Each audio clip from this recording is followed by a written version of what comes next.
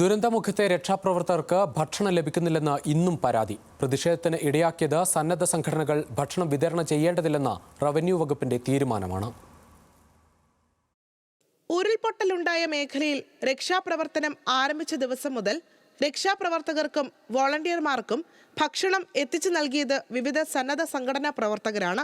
കഴിഞ്ഞ ദിവസം വരെ കൃത്യമായി നടക്കുകയും ചെയ്തു. പുഞ്ചിരിമട്ട ഉൾപ്പെടെയുള്ള കുന്നിൻ മുകളിൽ പോലും പ്രവർത്തകർ ഭക്ഷണവും വെള്ളവും എത്തിച്ചിരുന്നു.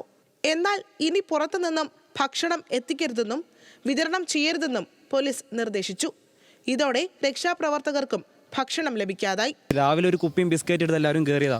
ഒരു പേരായിട്ട് പോലീസ് ഉദ്യോഗസ്ഥർ പലപേരും മിണ്ടാതെ നിൽക്കുക. ഫുഡ് അവർ കഴിച്ചിട്ടില്ല. ആർമി ഓഫീസർ കഴിച്ചിട്ടില്ല. ഒരുപാട് പേര് ഇവിടെ ഫുഡ് കഴിക്കാതെ നിൽക്കുന്നുണ്ട്.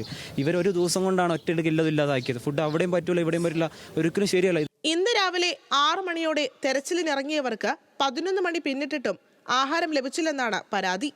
റവന്യൂ വകുപ്പിന്റെ അനാവശ്യ നിയന്ത്രണമാണ് ഭക്ഷണ വിതരണം തടസ്സപ്പെടാൻ കാരണമെന്നും ഇവർ പറയുന്നു.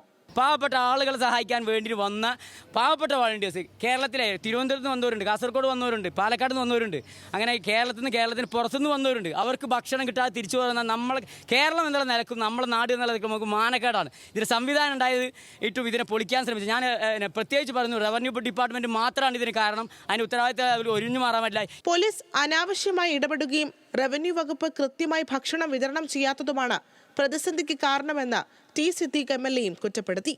പോലീസ് ഒരു വളരെ മോശമായിട്ടാണ് പോലീസ് ട്രീറ്റ് ചെയ്തിട്ടത്. ഈ നല്ല രീതിയിൽ ഭക്ഷണം കൊടുക്കുന്ന ആളുകളെ അത് ഒഴിവാക്കണമായിരുന്നു. അത് ഇന്നലെ മന്ത്രിമാരോട് പറഞ്ഞിട്ടുണ്ട്. അത് നല്ല രീതിയിൽ പരിഹരിക്കപ്പെടും എന്നുള്ളതാണ് നമ്മുടെയൊക്കെ പ്രതീക്ഷ. പുറത്തുനിന്നും എത്തിച്ച ഭക്ഷണം കഴിച്ച ചില രക്ഷാപ്രവർത്തകർക്ക് ആരോഗ്യ പ്രശ്നങ്ങളുണ്ടായി. അതിനാലാണ് പുതിയ തീരുമാനമെന്നും നിയന്ത്രണം ലഘൂകരിക്കുന്ന കാര്യം പരിശോധിക്കുമെന്നും റവന്യൂ മന്ത്രി കെ രാജൻ പറഞ്ഞു. ഭക്ഷണവുമായി ബന്ധപ്പെട്ട് ബോധപൂർവമായ ഒരു തടസ്സമില്ല. എന്തെങ്കിലും ചെറിയ പ്രയാസങ്ങൾ ഈ പറഞ്ഞ പോലെ മിസ്സിംഗ് ഉണ്ടായിട്ടുണ്ടെങ്കിൽ അത് ഉച്ചയോടുകൂടി പരിഹരിക്കാം. ന്യൂസ് മലയാളം, വയനാട്.